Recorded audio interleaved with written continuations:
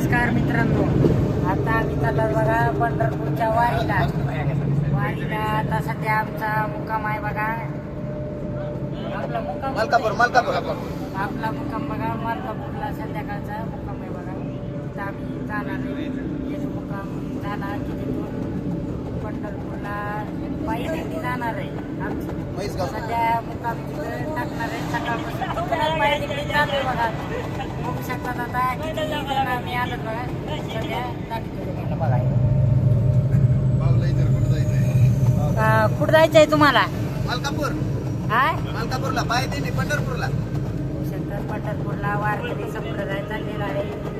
चांगल्या पद्धतीने आम्ही सध्या प्रवास करायचे नाही बघा.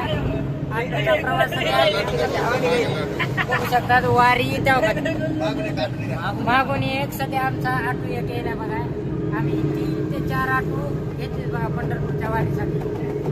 त्यासाठी बघू शकता. विचारतात आम्ही आता तुम्हाला कुठे जायचंय बाया? पंढरपूर वारी. बरं, ह्यांना पंढरपूरच्या वारीला कशासाठी जायचंय ते आपण विचारणार.